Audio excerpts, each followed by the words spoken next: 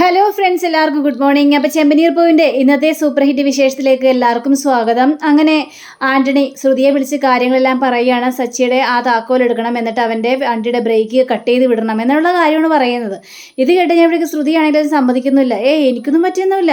പിന്നെ അവൻ്റെ വീട്ടിൽ പോയി ഞാൻ ഇനിയിപ്പോൾ കാറിൻ്റെ കീ എടുത്തിട്ട് അവൻ്റെ വണ്ടിയുടെ ബ്രേക്കും അറുത്ത് മുറിച്ച് മാറ്റാനായിട്ട് എനിക്കതിൻ്റെ പറ്റേയില്ല. അത് എന്നെങ്ങനെ ശ്രുതി പറഞ്ഞു കഴിഞ്ഞപ്പോഴേക്കും അങ്ങനെ ശ്രുതിക്ക് പറ്റില്ലെങ്കിൽ വേണ്ട, എനിക്ക് കുഴപ്പമൊന്നുമില്ല. പക്ഷേ ഞാൻ ശ്രുതിയോട് മറ്റൊരു കാര്യം പറയാൻ കൂടിയാണ് വിളിച്ചത്. അവനില്ലേ, ശ്രുതിയുടെ ആ ഒരു എതിരാളി, അവൻ വന്നിട്ടുണ്ട് തിരിച്ച്. ഇത് കേട്ട് കഴിഞ്ഞപ്പോഴേക്കും ശ്രുതി ആകെ പേടിച്ച് പോവുകയാണ്. അപ്പോൾ ശ്രുതിയുടെ എല്ലാ രഹസ്യങ്ങളും അറിയുന്നത് അവനാണല്ലോ. അപ്പോൾ അവൻ വന്ന് എന്തെങ്കിലും പറഞ്ഞു കഴിഞ്ഞാൽ എല്ലാം പണി പാളുമെന്നൊക്കെ അറിയാം. അവൻ ഇറങ്ങിയെന്നോ? അപ്പോൾ അവൻ ചത്തില്ലേ? ചാവാനോ? അവൻ ചത്തൊന്നുമില്ല. അതെങ്ങനെ അവൻ ചാവണമെന്ന് പറയുന്നത്? അവൻ വന്നു കഴിഞ്ഞാലുള്ള കാര്യങ്ങളെല്ലാം അറിയാലോ. ശരി, എനിക്ക് കുഴപ്പമൊന്നുമില്ല. ആൻ്റണി, പ്രശ്നമൊന്നും ഉണ്ടാക്കരുത് ആൻ്റണി. എന്നെ ജീവിക്കാനായിട്ട് അനുവദിക്ക്. നീ എന്തിനാ എന്നെ ഇങ്ങനെ വെറുതെ ശല്യപ്പെടുത്തുന്നത്? ഞാനൊരു സഹായം ശ്രുതിയോട് ചോദിച്ചല്ലേ. എന്നിട്ട് ശ്രുതിക്ക് അത് ചെയ്തു തരാൻ കഴിയില്ലെങ്കിൽ പിന്നെ ഞാനെന്ത് പറയാനാ? എനിക്ക് കൂടുതലൊന്നും പറയാനായിട്ട് പറ്റില്ല എന്ന് പറയാണ്. ശരി, അങ്ങനെയാണെങ്കിൽ ഞാൻ സച്ചിയുടെ കാറിൻ്റെ കീ എടുത്തു തരാം എന്നങ്ങനെ പറഞ്ഞപ്പോഴേക്കും അതാണ് നല്ലത്. അപ്പം ഞാൻ പറയുന്നത് പോലെ കാര്യങ്ങളെല്ലാം ചെയ്ത് കഴിഞ്ഞിട്ടുണ്ടെങ്കിൽ ഓക്കെ, ഡബിൾ ഓക്കെ ആണ് എന്നിങ്ങനെ പറഞ്ഞുകൊണ്ട് ഫോൺ വെക്കുകയാണ്. ശ്രുതിയാണെങ്കിൽ ആകെ തല പുകഞ്ഞൊരവസ്ഥ നിൽക്കുകയാണ്. ദൈവം എന്ത് ചെയ്യും? എങ്ങനെയാ താക്കോൽ എടുക്കും? ആരെ കൊണ്ടെടുക്കും? സച്ചിക്കാണെങ്കിൽ എന്നെ കണ്ണു നേരെ കാണാൻ പറ്റില്ല. പിന്നെ അതുമാത്രമല്ല, ഞാൻ അവിടെ ചെന്ന് കഴിഞ്ഞാൽ അവരെന്നെ കയറ്റുമോ? അതുമില്ല. പിന്നെ എങ്ങനെ ഇപ്പോൾ സച്ചിയുടെ താക്കോൽ എടുക്കുന്നത് എന്നിങ്ങനെ ചിന്തിച്ചുകൊണ്ടിരിക്കുമ്പോൾ നമ്മുടെ ശ്രുതി മറ്റൊരു ഐഡിയ പ്രയോഗിക്കുകയാണ്. ഇത് ഭാമാൻ്റെയോട് ചെന്ന് തന്നെ പറയാം. അങ്ങനെ നേരെ ശ്രുതിയാണെങ്കിൽ നേരെ ഭാമയുടെ വീട്ടിലേക്ക് ചെല്ലുക. ഭാമയുടെ വീട്ടിലേക്ക് ചെന്ന് കോളിംഗ് ബെല്ലടിക്കുക. അപ്പോൾ ഭാമ കഥ തുറന്നു കഴിഞ്ഞപ്പോൾ ഇതേ നിൽക്കുന്നു ശ്രുതി. നീ എന്തിനിപ്പോൾ ഇങ്ങോട്ട് വന്നത്?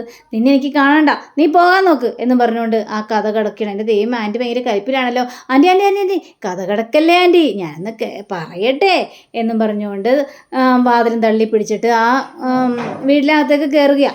വീടിനകത്തേക്ക് കഴിഞ്ഞപ്പോൾ നീ എന്തിനാ ശ്രുതി വീണ്ടും വന്നത്? നീ എന്നോട് ഗർഭിണിയാണെന്നും പറഞ്ഞുകൊണ്ട് കള്ളത്തരം പറഞ്ഞല്ലേ?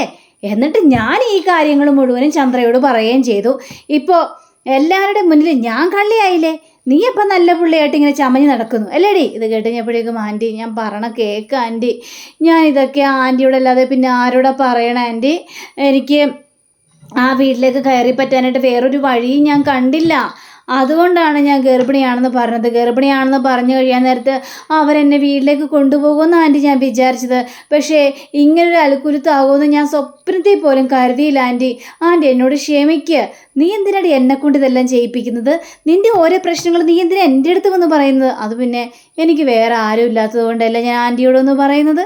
പിന്നെ ഞാൻ ആരോട് പറയാനാ? അത് ശരി.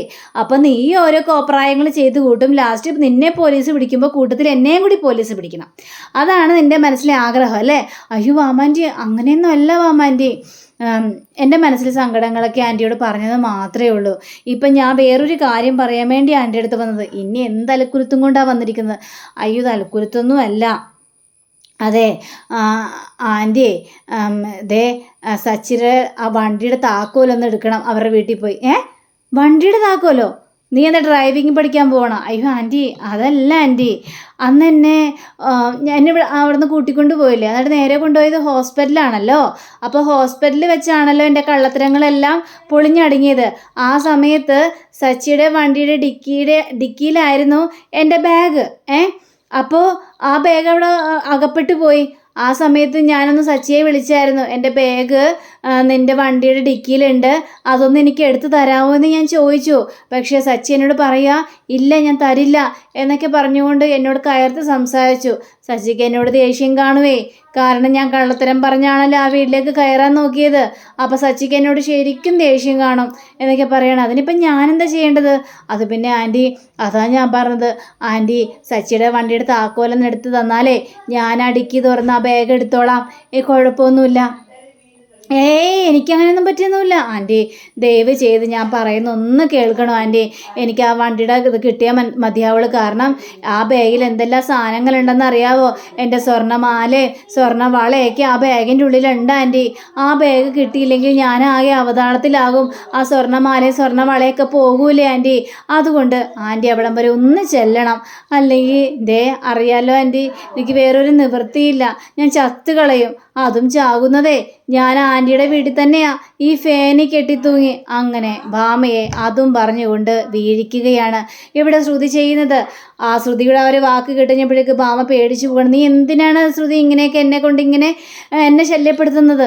നിനക്കിത് എന്തിൻ്റെ കേടുണ്ടടാ ആൻറ്റി? ഞാൻ പറഞ്ഞല്ലോ, എനിക്ക് ആൻറ്റിയോടല്ലാതെ വേറെ ആരോടും ഇത് തുറന്നു പറയാനായിട്ട് പറ്റില്ല. അതുകൊണ്ടല്ലേ ആൻറ്റി ഞാൻ ആൻറ്റിയോട് പറയുന്നത്. ആൻറ്റി എൻ്റെ ഇതൊന്ന് കേൾക്കണം ആൻറ്റി, ദയവ് ചെയ്ത് ആൻറ്റി, ദയവ് ചെയ്ത് ആൻറ്റി എൻ്റെ ഇതൊന്ന് കേൾക്ക്, ഒന്നെടുത്തതാ ആൻറ്റി എന്നൊക്കെ പറയുകയാണ്. ഞാൻ എങ്ങനെ അങ്ങോട്ട് ചെല്ലും? സച്ചിയുടെ താക്കോൽ എങ്ങനെ എടുക്കും? അതായത് ആൻറ്റി ഒരു സന്ധ്യാസമയം ആകുമ്പോൾ അങ്ങോട്ട് ചെന്നാൽ മതി. അതായത് നമ്മുടെ വർഷ പ്രഗ്നൻ്റ് ആണല്ലോ, അപ്പോൾ വർഷയെ കാണാൻ വേണ്ടി വന്നാണ്. കുറച്ച് പലഹാരമൊക്കെ ആയിട്ട് വേണം ആൻറ്റി അങ്ങോട്ട് ചെല്ലാനായിട്ട്. അപ്പോൾ ആ സമയത്ത് സച്ചി വന്നവരെയും കാത്തിരിക്കണം. എന്നിട്ട് സച്ചി ആ താക്കോൽ എവിടെയെങ്കിലും വെക്കും. ആ സമയത്ത് ആൻറ്റി ആ താക്കോൽ കണ്ടുപിടിച്ചിട്ട് കൊണ്ടു തന്നാൽ മാത്രം മതി. പിന്നീട് ഒരു പ്രശ്നമില്ല ആൻറ്റി എന്നവിടെ പറയുകയാണ്.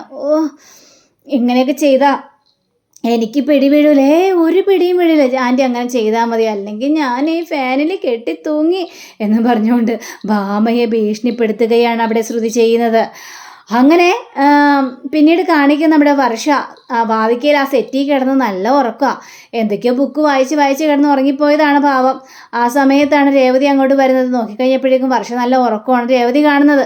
ഇത് കണ്ട് രേവതിയാണല്ലോ, അയ്യോ പാവം ക്ഷീണിച്ച് നല്ല ക്ഷീണം കാണും, അതുകൊണ്ടായിരിക്കും ഉറങ്ങിപ്പോയതെന്നൊക്കെ വിചാരിച്ച് വർഷ ബുക്ക് എടുത്ത് മാറ്റിയിട്ട് പതിയെ വർഷ അവിടെ ഇങ്ങനെ താരാട്ട് പാട്ടി ഇങ്ങനെ ഉറക്കുന്ന പോലെ ഉറക്കുക.